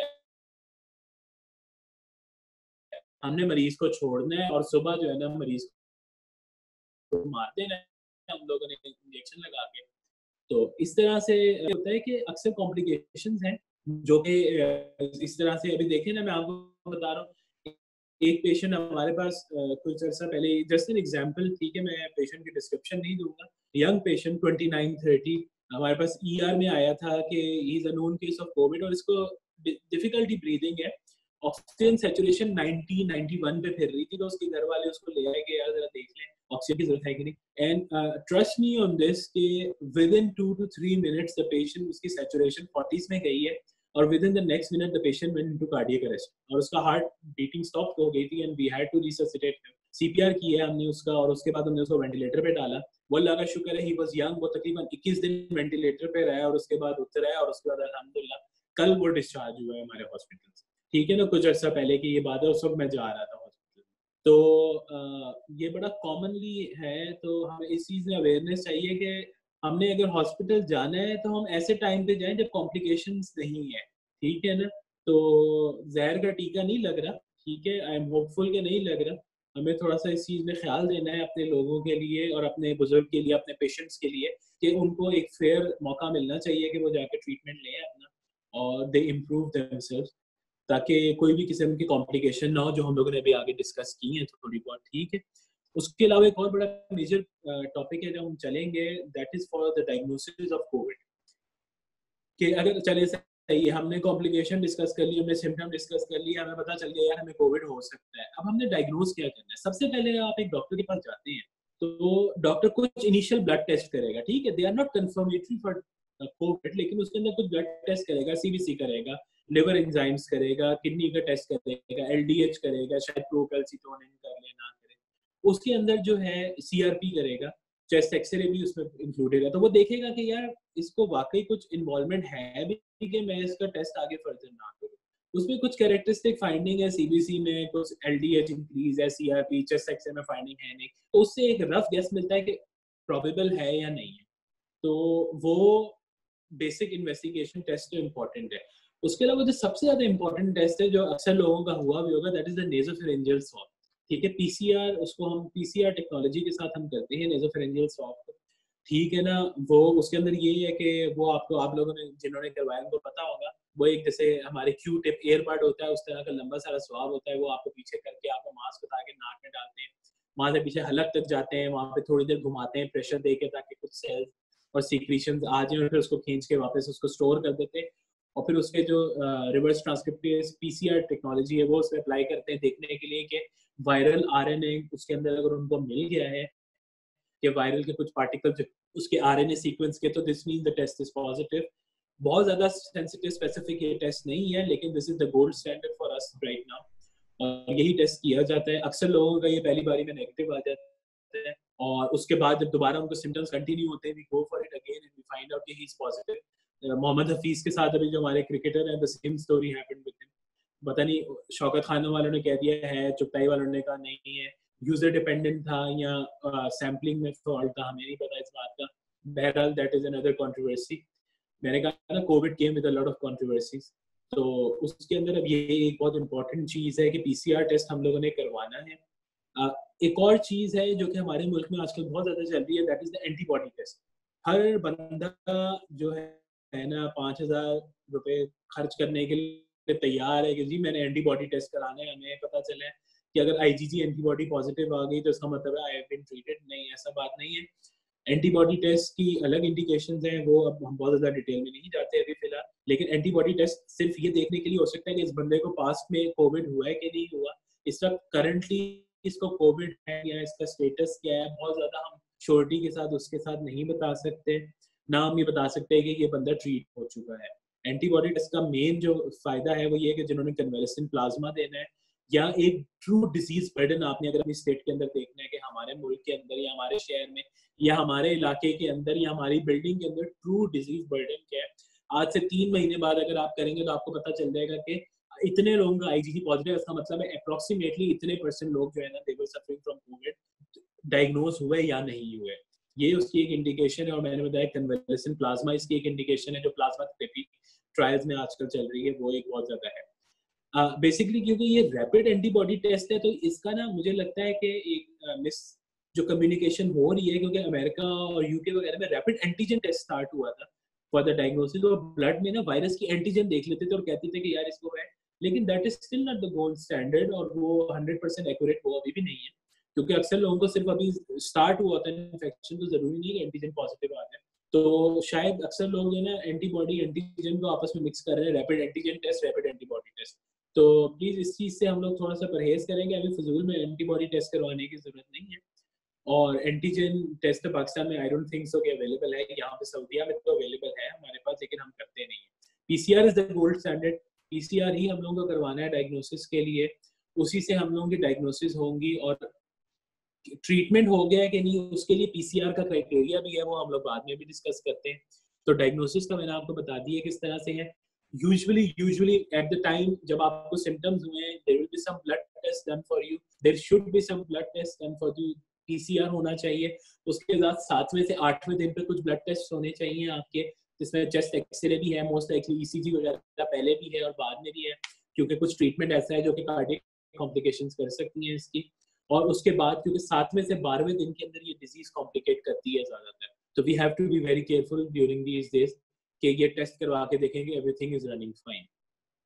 ठीक है, this is all about the diagnosis. PCR is the gold standard. मैंने आपको बताया कुछ ब्लड टेस्ट फर्स्ट डे पे और 7वें 8वें दिन पे होने चाहिए, और उसके बाद when you will be fine, फिर उसके हिसाब से मैं आपको क्राइटेरिया बताता हूँ। ठीक है, अच्छा अब एक और चीज, अब आपको मरीज आपका डायग्नोज हो गया कि यार this patient is suspected and this patient is confirmed COVID. He can be mild, he can be moderate, severe या critical या asymptomatic और pre-symptomatic जो हमने इसको नाम दिया। अब डिसाइड करना है कि यार ये पेशेंट जो है can be treated at home और he should be hospitalized या he should be in the ICU या he should be in the quarantine center, क्या इसका क्राइटेरिया है। ठीक है, बेसिक अगर एक रफ से देखा जाए ना, क्योंकि आजकल डिजीज बर्डन हमारे मुल्क में इतना ज्यादा है, तो इसका जो बेसिकली देखा जाता है, जो हम लोग यहाँ पे भी फॉलो कर रहे हैं और पाकिस्तान में भी हो रहा है, कि जो माइल्ड टू मॉडरेट डिजीज है ना, they can be manage safely at home. ठीक है, they only mild to moderate disease can be safely manage at home. जो मॉडरेट डिजीज है विद नमूनिया या इवन माइल्ड डिजीज है विद नमूनिया और severe और critical diseases should ideally be managed at the hospital, क्योंकि उनके अंदर complications के चांसेस ज्यादा हैं, जिसके अंदर डिफिकल्टी ब्रीदिंग, ऑक्सीजन हमारा लेवल कम हो सकता है, ये सारी चीजें। तो ये सारी चीजें जो है हमें सोचनी चाहिए फॉर अ पेशेंट। अगर आपको गवर्नमेंट कह रही है कि यार इस पेशेंट को हॉस्पिटल एडमिट कराओ, तो रीथिंक कि वाकई इसको हॉस्पिटल की जरूरत है कि नहीं। अगर क्राइटेरिया में वो फॉल कर रहा है कि यार मॉडरेट डिजीज है, इस पेशेंट को रेस्पिरेटरी डिफिकल्टी है, सांस थोड़ा तेज ले रहा है नॉर्मल से जगह, बोलते बोलते बीच में सांस ले रहा है, ऑक्सीजन सैचुरेशन इसकी कम जा रही है। ऑक्सीजन सैचुरेशन मैं कहता हूँ anything below 94 you should go to a hospital to discuss कि हम क्या करें इस सिलसिले के अंदर, क्योंकि वो पेशेंट ज्यादा कॉम्प्लिकेट करते हैं, they become more complicated, they become serious, critical illness में जा सकते हैं और फिर मोर्टेलिटी की तरफ, खुदा ना खास्ता डेथ की तरफ जा सकते हैं, और हम ये नहीं चाहते कि इस तरह की डिजीज के साथ कुछ भी हो। सऊदीया में अल्लाह का शुक्र है अभी तक mortality rate is less than 1%। I hope it continues like this. Pakistan में मैं देखा था 2.5% तक अभी आ रही है, लेकिन हमारे पास exact stats at the end of epidemic ही आएंगे तो हमें पता चलेगा, ठीक है ना। तो कौन से पेशेंट को हॉस्पिटलाइजेशन की जरूरत है, मैंने आपको बता दिया। ऑल दोस पेशेंट जिनको नमूनिया है एटलीस्ट और सीवियर नमूनिया की तरफ जा रहे हैं, more than 50% of the lung field के अंदर उनको नमूनिया अगर है, तो they should be considered to be hospitalized. Even less patient जिनको थोड़ा बहुत रेस्पिरेटरी डिफिकल्टी आ गई है, ब्रीदिंग रेट, उनकी रेस्पिरेटरी रेट 30 से ज्यादा है, या एक सेंटेंस वो कंप्लीट नहीं कर पा रहे एक बात के अंदर, उनको लग रहा है कि या तो वो बहुत पेल हो रहे हैं या उनको नेल्स या लिप्स या टंग उनकी ब्लूइश हो गई है, वो that patient should be hospitalised at all cost. वो पेशेंट जिनकी ऑक्सीजन सैचुरेशन 94 से कम है, दे should B hospitalised. persistent high grade temperature above 40 और जिसके अंदर जिसकी वजह से थोड़ा सा मेंटल लेवल डिटीरिएशन हो गई है, पेशेंट ड्राउजी हो गए हैं या इधर उधर की जिसको कहते हैं बहकी बहकी बातें कर रहे हैं, दे आर डिलीरियस, जिसको हम कहते हैं एक्यूट कंफ्यूजनल स्टेट के अंदर है, दे should B hospitalised. all those patients जिनको severe diarrhea हो रहे हैं, because of that they are dehydrated, they should be hospitalized, ताकि ये कि they should receive adequate management, ताकि all these patients अगर ये इस condition में जब इनको ये complications start हुई हैं, if they are managed in the hospital settings, mortality will be less, और फिर वो वही बात है कि आपको जहर का टीका नहीं लगेगा और इंशाल्लाह you will be much more improved और अच्छा आउटकम होगा। और बहुत ज़्यादा पेशेंट्स इससे रिकवर कर रहे हैं और अल्हम्दुलिल्लाह पाकिस्तान में भी देखा है मैंने, 5000 एक दिन में रिकवरी थी, 2500 एक दिन में रिकवरी थी, this is a huge number अगर देखा जाए तो इंशाल्लाह ताला मेनी पीपल विल इम्प्रूव। उसके बाद चले मॉडरेट डिजीज, सीवियर डिजीज तो हॉस्पिटल में आ गई। अब जो माइल्ड डिजीज है इसके बारे में घर के अंदर जो मैनेजमेंट है इसके कुछ बेसिक प्रिंसिपल्स हैं, ठीक है, हम उसकी तरफ आ जाते हैं थोड़ा सा। WHO की कुछ गाइडलाइंस है, मैंने यहाँ पे थोड़ी सी अपने मोबाइल के अंदर भी सेव की है, जिसके अंदर कुछ 5-7 पॉइंट्स हैं। दे यूजुअली से कि माइल्ड डिजीज वाले पेशेंट्स को घर में करना चाहिए। उसके अंदर नंबर 1 ये है कि सपोर्टिव केयर होनी चाहिए विद एंटीपायरेटिक्स और एनाल्जेसिक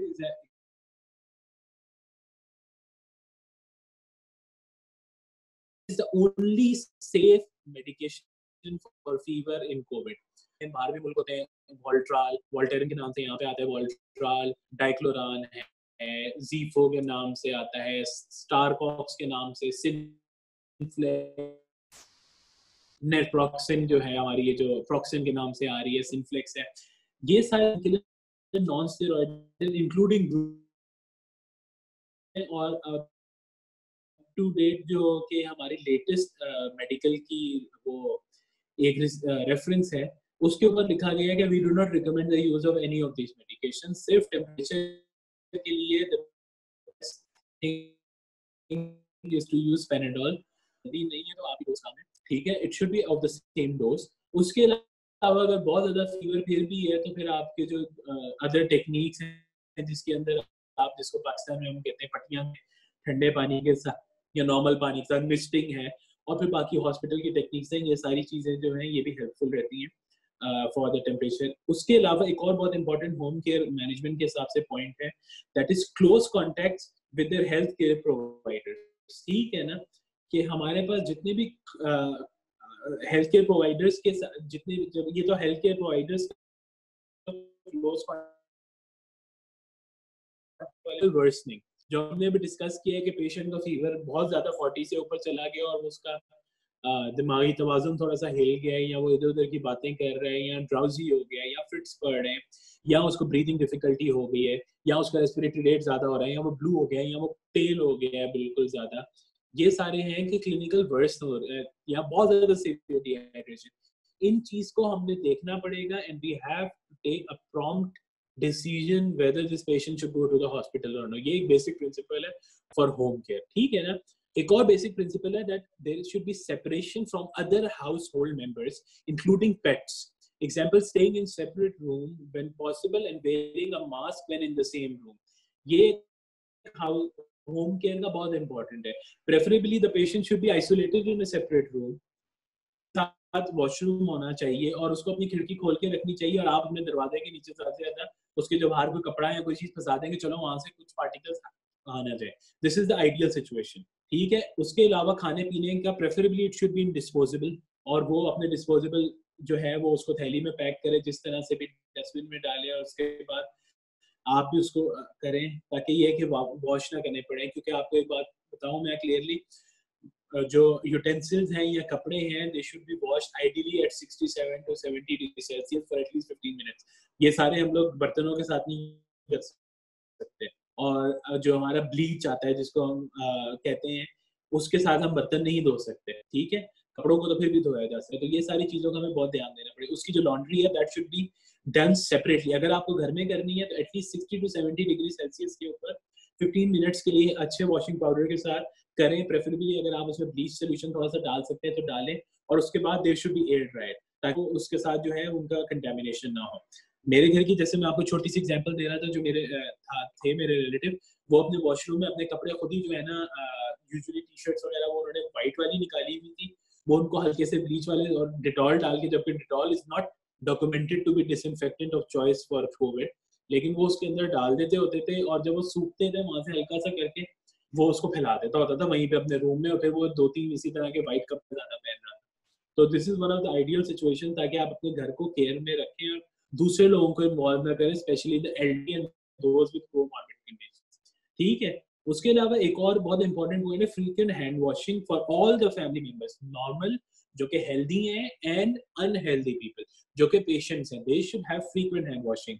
हैंड वॉशिंग के टेक्निक के अंदर हम नहीं जा रहे, पूरी एक WHO की रिकॉग्नाइज्ड टेक्निक है, लेकिन एटलीस्ट द सोप का जो कांटेक्ट टाइम है आपकी स्किन के साथ, it should be at least 40 seconds, ताकि आप उसको फ्रीक्वेंट हैंड वॉशिंग करें, ताकि वायरस जो है वो वहां से कर जाए। वायरस का एनवेलप सोप की वजह से डिसॉल्व हो जाता है, और virus without its envelope is nothing, खाली अंदर RNA है, तो that will go away, that will not infect you इंशाल्लाह, ठीक है। उसके अलावा है कि frequent disinfection of common touch surfaces, चाहे वो पेशेंट टच कर रहे हैं या आप टच कर रहे हैं, all these surfaces should be disinfected, ठीक है। CDC की और CDC की वेबसाइट के ऊपर काफी ज्यादा डिसइंफेक्टेंट्स के नाम लिखे गए हैं, जो कि EPA अप्रूव्ड है और जो कि यूज कर सकते हैं। हमारे पास यहाँ पे सऊदी अरेबिया में we have it by the name of Clorox. Clorox के नाम पे हम यूज करते हैं। पाकिस्तान में जो नॉर्मल ब्लीच है दैट कैन बी यूटिलाइज, लेकिन हर सरफेस को आप लकड़ी को आप ब्लीच से साफ नहीं कर सकते, तो उसके लिए स्पेशल है वो हर मुल्क की गाइडलाइंस हैं कि आप किससे करें। मैं उस पर कमेंट नहीं कर सकता फिलहाल पाकिस्तान में क्या है, लेकिन मैक्सिमम एरिया जो आप कर सकते हैं use bleach in that, that is best. उसके अलावा हाइड्रोजन पेरोक्साइड जो है that is one good disinfectant, जो कि सरफेसेस में सच एज मेटल जो डोर नॉब्स हैं या डोर्स हैं या टेबल्स हैं, उनको हाइड्रोजन पेरोक्साइड के साथ आप साफ कर सकते हैं। मेक श्योर उसका स्किन के साथ कांटेक्ट ना हो, या उसको आप इनहेल ना करें, या उसका स्प्रे ना करते फिर मैं उस तरह से कि वो इनहेल होगा तो it is irritant for you, तो वरना उसके अलावा surfaces can be safely clean with that. बाकी उसके अलावा आपकी local guidelines definitely I am sure होंगी, आप उसको फॉलो करें और देखें कि क्या है। बट ये थोड़े से बेसिक थे कि सपोर्टिव केयर किस तरह से देनी है, पेनाडोल। बाकी as per your doctor advice separation करनी है आपने पेशेंट की फ्रॉम अदर हाउस होल्ड और हाउस होल्ड की फ्रॉम द पेशेंट, उसको एक रूम देना है which should be ideally well ventilated with N attach washroom. अगर वॉशरूम अटैच नहीं तो जिस जगह से वो जाता है avoid 10 to 15 minutes for going into that place. और उसके अलावा जिस तरह से मैंने कहा, हाथ आप लोग भी धोएं और वो भी धोएं, और मास्क पेशेंट को भी पहना के रखिए और आप भी मास्क पहन के रखे होंगे। मास्क इज वेरी इंपॉर्टेंट, ठीक है। तो ये अब देखें, अब आपका मरीज आ गया रूम के अंदर, सही है। अब एक और बड़ा जो इम्पोर्टेंट इसका जो सवाल उठता है यहाँ पे कि क्या डॉक्टर साहब हमारे पास तो एक घर में मरीज है, कोई ऐसी दवाई है जो कि मुझे बचा सकती है कि मुझे कोविड ना हो, या मेरे ऑफिस में एक पेशेंट है, क्या कोई ऐसी मेडिकेशन है जो मुझे रोक सकती है कि मुझे कोविड ना हो। Till date there is no medication that can prevent COVID-19 from happening to you. The only thing that can prevent COVID-19, ठीक है, are your PPE and other modes of prevention। इसके अंदर social distancing is very important, ठीक है। ये चीज़ें हैं जो कि PPE का होता है, पर्सनल प्रोटेक्टिव इक्विपमेंट है, जिसके अंदर कॉमनली यूज जो सर्जिकल मास्क है, जैसे ये सामने एहसन मुझे नजर आ रहे हैं जिन्होंने पहना हुआ, ठीक है। उसके अलावा जो है फैब्रिक वाले मास्क हैं, ठीक है, वो भी यूज हो रहे हैं, बल्कि CDC WHO ने रिकमेंड भी किए हैं कि वो यूज कर सकते हैं, ठीक है। तो ये मास्क जो है ये बड़े इफेक्टिव रहते हैं। उसके अलावा फ्रीक्वेंट हैंड वॉशिंग है, अगर आप पेशेंट को डील कर रहे हैं तो फिर आपने ग्लव्स पहनने हैं, आपने गाउन पहनना है, आपने फेस शील्ड पहननी है, जो भी चीजें हैं वो सारे हैं, ठीक है।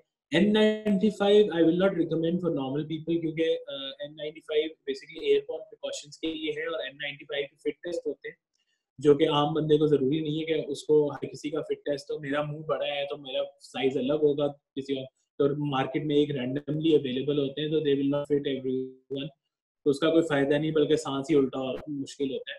तो बेटर कि आप बाकी ज्यादा प्रिवेंशन अच्छे से करें, but if you prefer wearing N95 it's okay, but prefer to wear one without a valve, क्योंकि वेल्व जो है वो दूसरे लोगों को इन्फेक्शन लगाने के लिए लगा देता है, आपको बचा लेता है लेकिन दूसरों को लग जाता है इन्फेक्शन इसकी वजह से। तो ये चीज है। एक और बड़ी कॉमनली चीज मैंने देखी गई है, बल्कि जब मेरे रिलेटिव को हुआ था तो मुझे किसी ना मक्की के पत्ते लाके दे दिए थे कि दीज आर सेना लीव्स, ठीक है ना, तो आप ये इस्तेमाल करें। और कलौंजी तो है ही, जो है वो तो हर घर में भी होती है। सेना लीव्स क्या है बेसिकली? सेना लीव्स जो है ना, they are irritant for the gastrointestinal tract. ये बेसिकली हमारे इंटेस्टाइन को इरिटेट करते हैं, दे वर्क फ्लेक्सिबल, ये डायरिया करवा देते हैं पेशेंट्स के अंदर, और मतलब ये क्रॉनिक कॉन्स्टिपेशन वाले पेशेंट्स में यूजुअली यूज होते हैं। हदीस है हमारी इस्लाम में जरूर कि सना में हर चीज का वो है, इलाज है मौत के अलावा, ठीक है, लेकिन ये बेसिकली इस रेफरेंस में जहाँ तक मेरा नॉलेज है यूज हुई थी कि जो बेसिकली पॉइजनिंग के केसेस, ठीक है। और सेकेंडली ये कि डेफिनेटली आपके इंटेस्टाइन अगर आपका हेल्दी रहेगा तो definitely you will be more healthy, और आपकी इम्यूनिटी भी बेहतर रहेगी और सब कुछ तो वो है। लेकिन please do not rely on this, क्योंकि अगर वैसे कोविड के पेशेंट्स को डायरिया हो रहा हो तो वी डोंट वांट कि वो सना के पत्ते खा के वो जो है ना और ज्यादा डायरिया उसको हो जाए, he goes into severe dehydration and complication. Kalonji yes you can take medically, उससे कोई साइड इफेक्ट नहीं है, तो as long as you can take, लेकिन don't take in a lot of amount, क्योंकि कलौंजी से फिट्स वगैरह भी पड़ जाते हैं, सीवियर गैस्ट्रिक अल्सरेशन हो सकती है, सारे कॉम्प्लिकेशन हैं। तो इस चीज से है। बेस्ट मोड ऑफ प्रिवेंशन क्या है जो हमारी तरफ से है? That is social distancing and your PPE, wear your mask, wash your hands and keep maintain a safe distance. Safe distance best to maintain at least 2 metres, लेकिन up to 1.5 metre is acceptable, वो आप maintain करें और अपना contact कम से कम रखें, तो इंशाल्लाह ताला you will not gate Covid and everything will be good इंशाल्लाह। ठीक है, एक और इम्पोर्टेंट पॉइंट है कि चले अब कोविड तो हो गया, ठीक है, अब क्या हमारे अंदर इस चीज की इम्यूनिटी आएगी कि नहीं आएगी, और री इन्फेक्शन हो सकता है कि नहीं हो सकता, ठीक है। इसके लिए भी मैंने ना एक बड़ी अच्छी लाइन सेव की है फ्रॉम अ बिग आर्टिकल, जिसके अंदर इसके ऊपर बहुत ज्यादा डिस्कशन थी। उन्होंने बड़ा क्लियरली मेंशन किया है कि antibodies to the viruses are induced in those who have become infected, कि मतलब जिनके अंदर जो लोग इन्फेक्ट हो गए उनमें एंटीबॉडीज तो बन जाएंगी, ठीक है। Preliminary evidence suggests that some of the antibodies are protective, but this remains to be definitely established. कि मतलब 100% हमारे पास नहीं है कि ये रीइंफेक्शन रोकेगा। आपको पता है पाकिस्तान में भी पिछले दिनों एक रीइंफेक्शन का केस हुआ है, इस तरह चाइना में बहुत सारे केसेस हैं और मुल्कों में भी रीइंफेक्शन के केसेस हैं। तो उसकी एग्जैक्ट इटियोलॉजी हमें नहीं पता कि ट्रू रीइंफेक्शन और नो, लेकिन वो अलग बात है। लेकिन इम्यूनिटी टू सम एक्सटेंट है, लेकिन we can not rely on this. तो इसीलिए हमें चाहिए कि if a patient is infected he should maintain his distance till this epidemic is over, क्योंकि ऑलवेज रिमेंबर री इन्फेक्शन का जो केस हमारे सामने आज तक आए हैं, they are more severe than the normal COVID itself, ठीक है ना। एंड दे आर मतलब पूरी दुनिया में केसेस आए हैं, इवन पाकिस्तान में एक डॉक्टर को पिछले दिनों हुआ है। तो ये है। फिर एक और चीज हो गई कि नाउ यू आर ट्रीटेड, तो डॉक्टर साहब मैं किसी को खून दे सकता हूँ कि नहीं दे सकता, या जो प्लाज्मा डोनेट कर सकता हूँ कि नहीं कर सकता, ठीक है। इसमें भी एक पॉइंट सेम उसी आर्टिकल के अंदर से था जो मैंने आपको कोट किया पहले, उसमें है blood donation is particularly important during the pandemic due to concerns that the supply could become critically low, क्योंकि डेफिनेटली आपको पता है एक जगह पे लॉकडाउन है तो ब्लड सप्लाई कम हो सकती है। Having a history of COVID is not an exclusion to donation of blood, मतलब आप ब्लड दे सकते हैं, ऐसी बात नहीं है नहीं आपको कोविड हुआ आप ब्लड नहीं दे सकते, as long as the illness has resolved at least 14 days prior to donation, ठीक है। तो मतलब आपको कम से कम 14 दिन हो गए इम्प्रूव हुए हुए, तो आप उसके बाद ब्लड डोनेट कर सकते हैं, और डेफिनेटली ब्लड के साथ साथ आप प्लाज्मा डोनेट कर सकते हैं, दिस इज इम्पोर्टेंट। और प्लाज्मा आपको पता है आजकल एक जो है एक्सपेरिमेंटल ट्रीटमेंट है, क्लिनिकल ट्रायल्स में पाकिस्तान में भी चल रहा है, सऊदीया में भी चल रहा है, हमारे यहाँ पे 4 लाइन्स एंड ट्रीटमेंट के, जिसमें से एक प्लाज्मा थेरेपी भी है, तो हम उसके अंदर कर रहे हैं। अब एक चीज और है कि चलो आप हमने बात कर ली कि ब्लड डोनेट कर सकते हैं, when to know you are treated from COVID, this is a very very very important point, क्योंकि आप लोगों ने इस चीज को करना है। अली भाई had the same issue, many of us we are having the same issue कि आर वी इम्प्रूव्ड, हम ट्रीट हो चुके हैं कि नहीं हो चुके, are we just going to do the PCR test again and again till we are negative, are we going to do the antibody test, what are we going to do. ठीक है, बहुत ज्यादा क्राइटेरिया जनवरी से लेके अभी तक इसमें change हुए हैं, लेकिन लेटेस्ट WHO का, IDSA का, CDC का, सऊदी मिनिस्ट्री ऑफ हेल्थ का, इवन पाकिस्तान गवर्नमेंट ने जो अपना क्राइटेरिया डाला है, उसके अंदर उन लोगों ने क्राइटेरिया को 2 विंग्स के अंदर डिवाइड कर दिया है। Number 1 is the test based strategy, कि आपको पता चलता है कि you have improve from COVID. The other one is the symptom based strategy, कि आपको पता चलता है you have improve from COVID. Test based strategy जो है ना, वो ये कहती है कि वो मरीज जिसको कम से कम सिम्टम्स खत्म हुए हुए 3 दिन गुजर गए हैं, जिसमें फीवर बिल्कुल नहीं है और बाकी symptoms should be less than 50%, और 3 दिन हो गए और टोटल डिजीज को एटलीस्ट 10 डेज गुजर चुके हैं, ये वाले लोग जाके कोविड का PCR टेस्ट करवाएं। 2 samples should be given at least 24 hours apart, कि आज एक सैंपल दिया है, दूसरा 24 घंटे के बाद दें, या कुछ लोग कहते हैं दूसरा सैंपल रिपोर्ट आ जाए तो फिर दे दें। ठीक है, बोथ आर करेक्ट कि दें, तो उसमें अगर 2 सैंपल नेगेटिव हैं, this means you have been treated with covid. ठीक है, ये है test based strategy covid. But I will like to mention something के third world countries like Pakistan, India, Bangladesh, Nepal, जहाँ पे ये टेस्ट 8-8, 10-10 हज़ार का हो रहा है और गवर्नमेंट ने ही आपको अपने पैसों से करना है, it is a huge burden for everyone unless and until it is covered by an authority, तो it is a huge burden. तो हम सोचते हैं कि यार हम 3-3 दफा 8-8 हज़ार के टेस्ट करवाएं, पहले ही हम लोगों ने इतने टेस्ट कराए, तो क्या ये जरूरी है?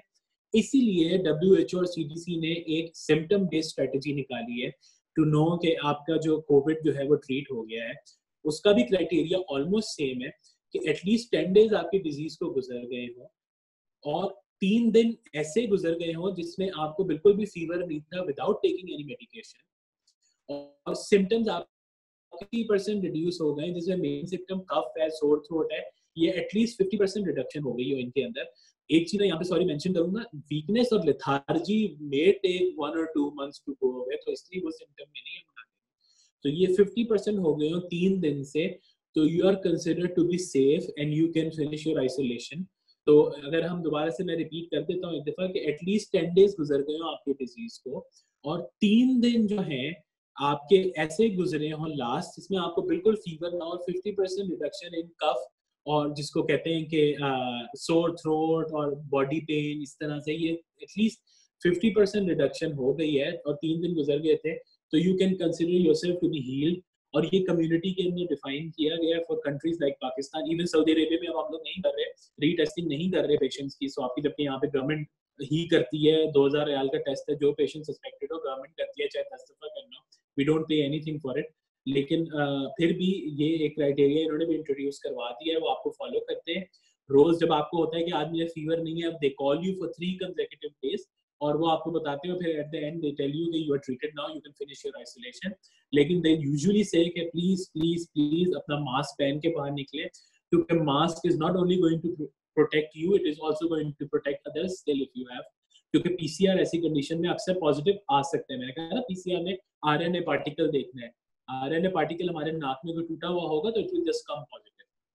ठीक है, तो इसलिए आई विल एडवाइज यू कि जितने भी लोग हैं मास्क पहने। बहुत सारी चीजें मैंने यहाँ पे लोगों का देखी है जिन्होंने मास्क के साथ गलत काम किया है कि अपना नाक थोड़ा सा बाहर निकाल लेते हैं मास्क से, ठीक है, अपना हाथ बार बार मास्क पे लगाते हैं, ठीक है, this is absolutely wrong. Mask पहनने के अपने एक एटिकेट से, ठीक है, मास्क पहनने के लिए सबसे पहले आपको अपने हाथ साफ रखने होते हैं, बिल्कुल शुड बी सैनिटाइज। उसके बाद जो है आपने मास्क को देखना होता है कि कहीं से मास्क फटा हुआ तो नहीं है या कहीं से गीला तो नहीं, कोई मसला तो नहीं। उसके बाद उसके स्ट्रिंग से पकड़ के आप मास्क पहनते हो, चाहे आप सर्जिकल मास्क पहन रहे हो, चाहे आप N95 KN95 एक जो चाइनीज वर्जन है उसका वो पहन रहे हो, या आप सर्जिकल फैब्रिक वाला मास्क पहन रहे हो, आपकी स्ट्रिंग से पकड़ के उसको पहनते हो, और उसको अगर सर्जिकल मास्क के ऊपर से आप उसको फिक्स करते हो, and then you don't touch your mask. Irrelevantly, ठीक है, अनलेस अनटिल आपने उसको उतारना हो, आप उसको टच नहीं करते हो मास्क को, ना उसको यहाँ से पकड़ के नीचे लाते हो, ना उसको ऊपर करते हो, क्योंकि this will contaminate the mask. आपने जब उतारना है आफ्टर 6 to 8 आवर्स, या जब भी आप उसके स्ट्रिंग से पकड़ के उसको अपने मुंह से दूर करके फिर उसको उतार के जो डिस्पोजेबल मास्क है उनको फेंकते हो, और अल्टीमेटली दूसरे मास्क जो है उनको सेव। आवाज नहीं आ रही, आपकी आवाज नहीं आ रही। क्या वो आवाज नहीं आ रही मेरी? आपको आवाज आ रही है डॉक्टर साहब की? जी सर, आ रही है आवाज। तो आ रही है जी आवाज।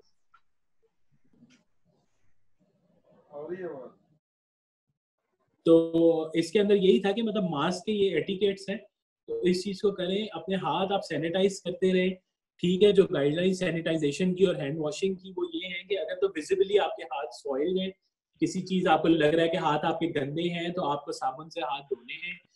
नॉर्मल सोप वाटर सोप जो है वो काम करेगा, जरूरी नहीं है कि हम जो है ना बड़े एडवांस ये करें, वो डिसइंफेक्टेंट सोप ये वो इस तरह से। Normal soap will work for Covid. At least 40 seconds आपका कांटेक्ट होना चाहिए सोप का हाथों के साथ, उसके बाद योर हैंड्स आर सेफ, ठीक है। अगर इन केस विजिबली सॉइल नहीं है तो you can use alcohol sanitisers जो हमारे हैं यहाँ पे अवेलेबल हैं। 20 से 30 सेकेंड उनका टाइम होता है। हम रफली कहते हैं कि एक कॉइन साइज का जो है ना सैनिटाइजर अपने हाथ में लें, और उसके बाद जो है उसको अच्छे से, जिसको कहते हैं कि हाथ अपने सैनिटाइज करें। आई विल रिकमेंड कि आप लोग सब एक दफा वीडियोस या ऑनलाइन देख लेंगे प्रॉपर हैंड वॉशिंग का तरीका क्या है, क्योंकि अक्सर इस तरह से करके आप लगा तो लेते हो, फिंगर्स नेल्स आपके ये जो एरियाज हैं, खासतौर पर ये सारे एरियाज आपके नहीं होते, क्लीन नहीं होते, और ये सोर्स ऑफ इन्फेक्शन बनते हैं। तो this should be done, mask should be वो जो है। उसके अलावा आपको सोशल डिस्टेंसिंग रखनी पड़ेगी, सेफ डिस्टेंस। ऑफिस के अंदर प्रिवेंट करें टू यूज पेपर्स जितने लेस हो सके। कोशिश करें जो मीटिंग्स हैं वो सारी की सारी आप लोग जो हैं इसी तरह ऑनलाइन करें, ठीक है ना। यहाँ पे काफ़ी सारी कंपनीज हैं जिसके अंदर आउटब्रेक्स हुए हैं और कोरोना के, और इसीलिए हुए क्योंकि एक मीटिंग हुई थी, उसके बाद एवरीवन गॉट इन्फेक्टेड, और उसके बाद वो कंपनीज को सील डाउन करना पड़ा है 14-14, 21-21 दिनों के लिए। तो this is the wrong strategy. जितना हम प्रिवेंट करेंगे, और ये चीज़ हमारे दीन में भी है, आपको पता होगा कि हजरत उमर के ज़माने के अंदर भी इस तरह से हुआ था कि एक जगह पे एक वबा फैली थी, प्लेग उस ज़माने में जिसको कहते थे। तो हजरत उमर चाहते थे कि मैं वहां पर जाऊं, तो उनको किसी ने फिर हजूर सल्लल्लाहु अलैहि वसल्लम की हदीस बताई थी कि कहीं पे अगर वबा फैली हो तो ना वहां जाओ, वहां से निकलो और परहेज करो। तो उसके बाद नहीं गए थे वो। तो हमें अपने आप को प्रिवेंट करना पड़ेगा इस चीज से, और this is the only way we can stop it unless and until vaccines are available. और इंशाल्लाह ताला आई होप कि जिसको कहते हैं कि हमारे जितने पेशेंट्स हैं दे गेट इम्प्रूव, और इस चीज़ से हम निकलें, और जिसको कहते हैं हम नॉर्मल अपनी लाइफ गुजारना शुरू करें। और बहरहाल आई होप आप लोगों को कुछ समझ आया हो इसके अंदर से। In case if you have any questions, मेरे ख्याल से अली भाई इज हियर विद अस। आप लोग जो हैं अपने अपने क्वेश्चंस पूछ सकते हैं, टाइम थोड़ा ज़्यादा ही लग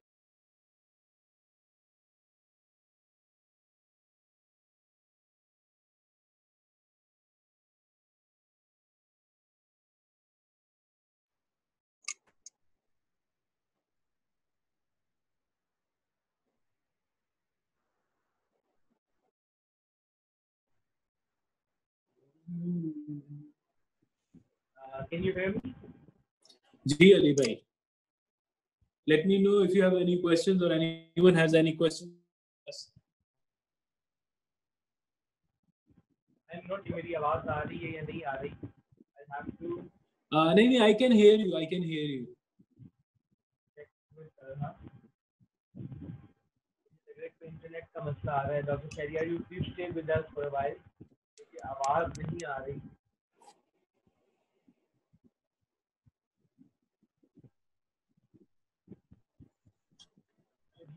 Can you hear me? आपको मेरी आवाज आ रही है वहाँ पे?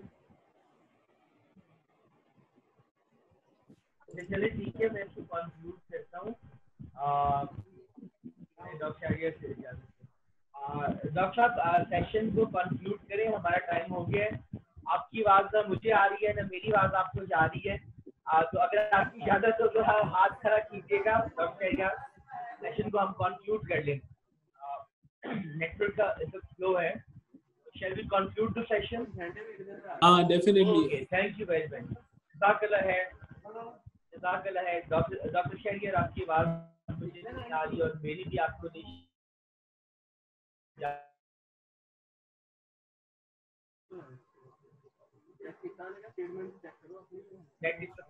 हेलो। और heartful thanks to you for this wonderful session. आपने बहुत अच्छी इनसाइट्स हमारे साथ शेयर की कि आप जो लोग इसको बहुत अली भाई, मैंने क्वेश्चन पूछना है। अच्छा अवेयरनेस सेशन था, आपका बहुत शुक्रिया। इंशाल्लाह इन फ्यूचर हम आपको फिर रहमत देंगे। आपकी अवेलेबिलिटी हुई तो we would definitely like to connect you with our people and him. That will be an honor.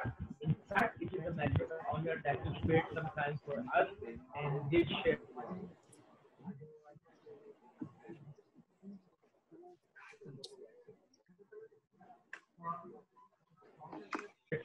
valuable कि हर क्लासरूम में तो है नहीं, पर शुद्ध फोटो हो जाए तो मैं रिक्वेस्ट करूंगा सबसे कि अपना वो कैमरा सब ऑन कर ले तो हम एक फोटो ले लें।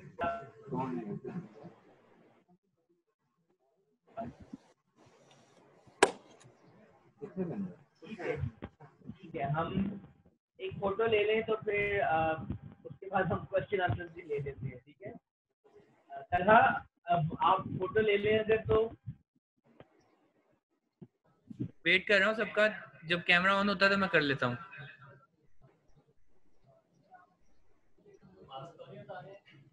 नहीं कोई बात नहीं। Is it done? Yes sir. Technology एक तरफ अगर ब्लेसिंग है तो दूसरी तरफ हमें हैंडीकैप भी कर देती है। तो ji Talha, are we done? Thumb up करके बताइएगा, क्योंकि मुझे आवाज नहीं आ रही, somehow इंटरनेट में कोई मसला है। सर वीडियोस ऑन नहीं। Talha can hear me. Yes. आपने पिक्चर ले ली है? ठीक है, ये तलहा ने पिक्चर ले लिया है। अब हम क्वेश्चन लेंगे।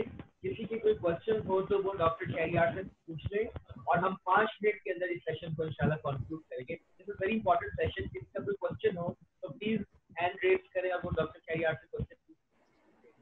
Please go ahead.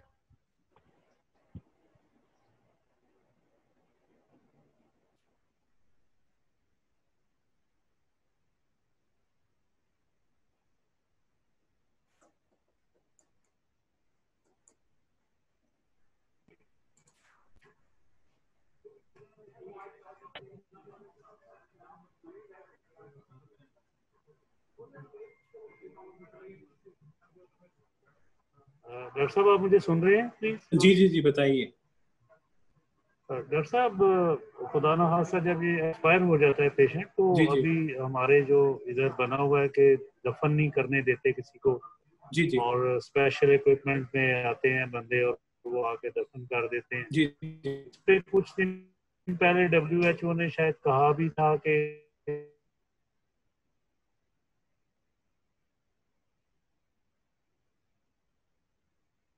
ठीक है। इस पे आप क्या कहते हैं कि गुस्ल दे देना? कोई disease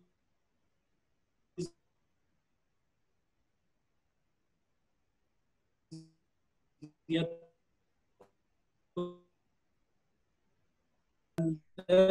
it is best to avoid कि आप उस पेशेंट के साथ किसी भी तरह कंटेमिनेट आपका हो जिससे you can get it.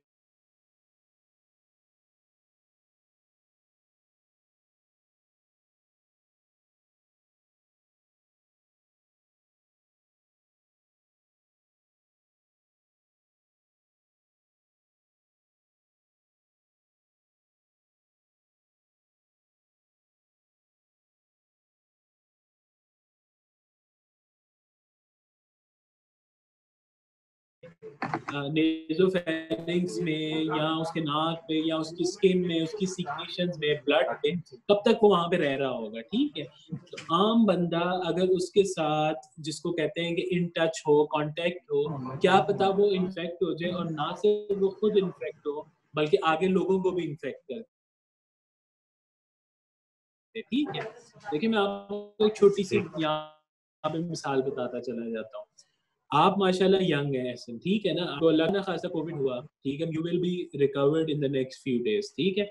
Imagine कि आपके घर पे बुजुर्ग रहते हैं, ठीक है, या कोई भी यंग पेशेंट के घर पे बुजुर्ग है जो कैंसर के मरीज है, किडनी के प्रॉब्लम के हैं, हार्ट के हैं, उनको जब कोविड लगेगा तो there are more chances he will get critical, या आपकी वजह से बाहर किसी और को लगेगा, there are more chances critical, और वो अगर फौत हो जाए तो फिर देखिए ना, आपको तो नहीं पता चला लेकिन उसकी डेथ की रीजन तो हम बन गए ना, तो I don't think so, at least I can live up with this, तो इट इज बेस्ट अवॉइडेड।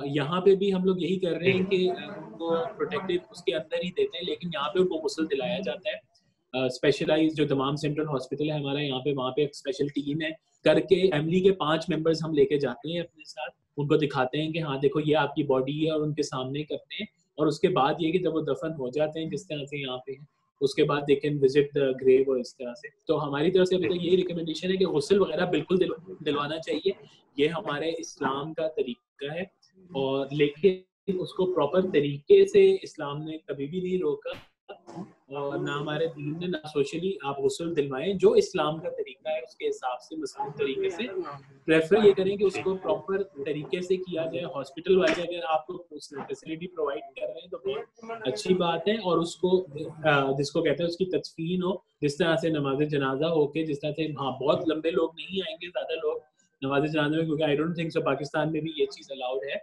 यहाँ पे मैंने बोला 5 लोग अलाउ हैं खाली, ठीक, तो आई गेस उसके साथ से ये सेफ रहता है, क्योंकि अगर in case we get infected तो फिर ये एक अच्छी चीज तो नहीं है मेरे ख्याल से। Thank you sir, thank you.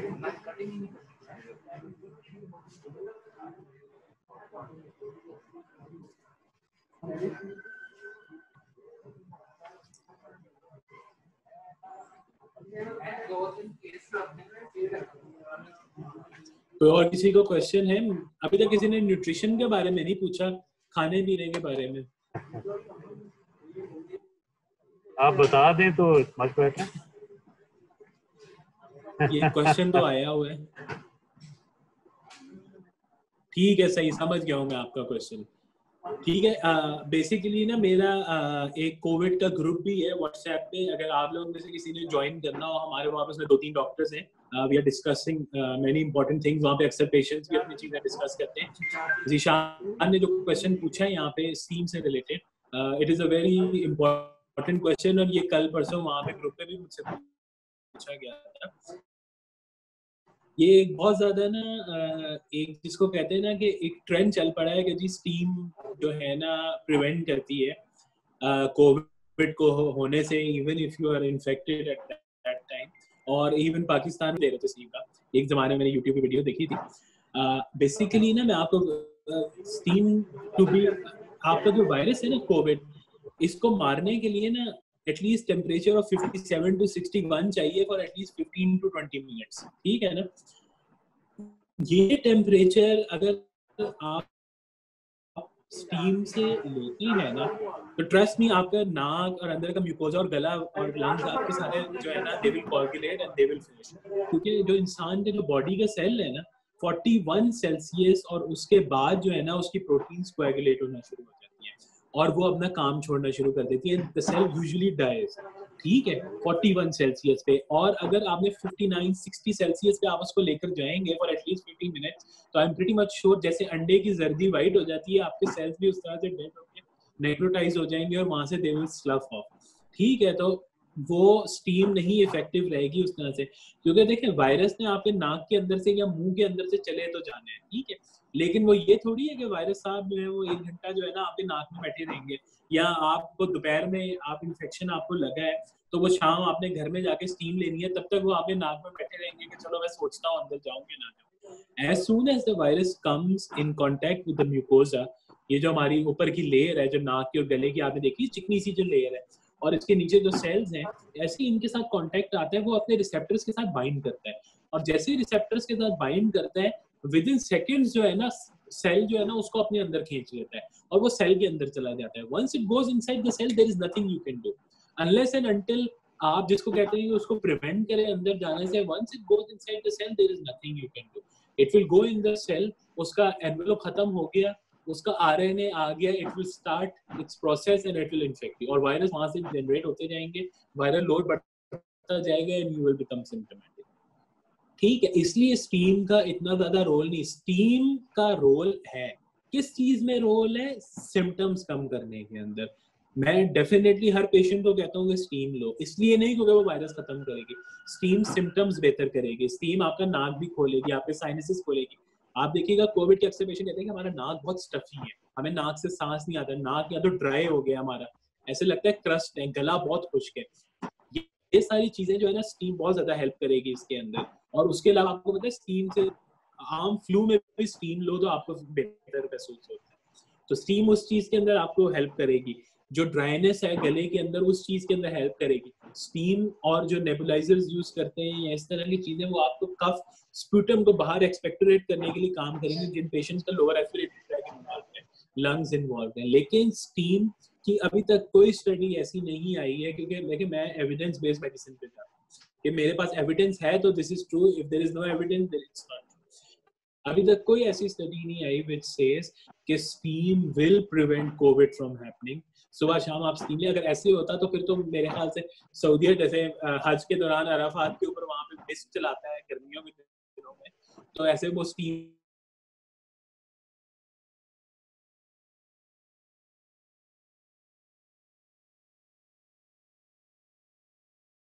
और it will be dangerous for us. Dr. Shahryar, I think we should conclude the session. और मजीद सवालात के लिए हम क्या करेंगे कि हमारे जितने पार्टिसिपेंट्स हैं, आपका जो ग्रुप है जिसमें आप ऑनलाइन सॉर्ट ऑफ क्वेश्चंस को आंसर कर रहे होते हैं, वो हम इनसे लिंक शेयर कर लेंगे और लोग डायरेक्टली भी पोस्ट कर सकते हैं और आप तक एक्सेस ले सकते हैं। ठीक है जी, क्योंकि We've just had overrun of the meeting, हमारा घंटे का था और माशाल्लाह 1.5 घंटा आप बोले हैं, अभी तक गए होंगे। आपका बहुत शुक्रिया, जज़ाकल्लाह खैर कि वो आपने इतना अच्छा सेशन किया। बाकी जितने पार्टिसिपेंट्स हैं, अगर मुझे सुन रहे हैं, मेरी आवाज आ रही है, तो आई वुड से कि डॉक्टर शहरियार एक व्हाट्सएप का ग्रुप है, उसको रन करते हैं और वहां पे ये लाइव क्वेश्चंस देते हैं, उनके आंसर्स दे रहे होते हैं। आप हमसे, मुझसे या तलहा से रब्ता कर लीजिएगा HR के अंदर अपने व्हाट्सएप के थ्रू, तो हम आपसे व्हाट्सएप पर लिंक शेयर कर लेंगे। वहां पे आपके जितने क्वेश्चन हो कोविड से रिलेटेड आप पोस्ट कर सकते हैं। वहां पे डॉक्टर शहरियार भी हैं और 1-2 और डॉक्टर भी हैं पैनल पे, वॉलंटियर्स, और इंशाल्लाह वो आपके सवालों के जवाब दे रहे होंगे। वंस अगेन डॉक्टर शहरियार, जज़ाकल्लाह खैर, बहुत शुक्रिया। इंशाल्लाह we will be in touch. अस्सलाम वालेकुम। थैंक यू अली भाई। होप आप लोगों को इसका, जिसको कहते हैं कि कुछ बेनिफिट हुआ होगा, अवेयरनेस हुई होगी। बस एक छोटा सा पॉइंट है कि ट्राई योर लेवल बेस्ट, ठीक है, क्योंकि हमारे मुल्क के अंदर, पाकिस्तान के अंदर इस वक्त सिचुएशन बहुत ख़राब होती जा रही है दिन ब दिन, और उसकी एक रीज़न यही है कि इट्स लाइक अ साइकिल। ठीक है, पेशेंट जो है वो डॉक्टर्स पे ट्रस्ट नहीं कर रहे, डॉक्टर्स पेशेंट्स पे ट्रस्ट नहीं कर रहे, गवर्नमेंट लोगों पे ट्रस्ट नहीं कर रही, हम गवर्नमेंट पे ट्रस्ट नहीं कर रहे। इट्स लाइक अ साइकिल, और चीज़ें जो है ना हाथ से ज़्यादा निकल रही हैं और पेशेंट्स दिन ब दिन ज़्यादा और एक्सपायर हो रहे हैं। तो हमें थोड़ा सा सेंसिबली इस चीज़ को करना है। किसी को भी आप लोगों में से, if you have any awareness related issue, कोई treatment, even if you have a patient, आपने डिस्कस करना है। आप जिस तरह से तलहा या अली भाई से जो है ना, टेक द अकाउंट, हम लोग 2-3 ICU के डॉक्टर्स भी हैं उस ग्रुप में भी है, न्यूट्रिशनिस्ट एज वेल, और उसके अलावा जो में ऐड कोविड वो पाए हैं वो बहुत अच्छे हैं, वो काफी हम लोगों को गाइड करते हैं इसके अंदर। तो इंशाल्लाह होपफुली वी हेल्प। अल्लाह ताला